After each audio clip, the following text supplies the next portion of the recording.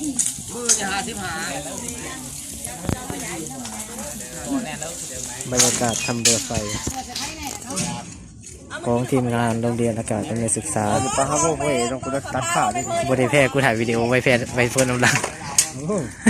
สูตรทองเกอร์ บัดเหนือแล้วจะโพส เออ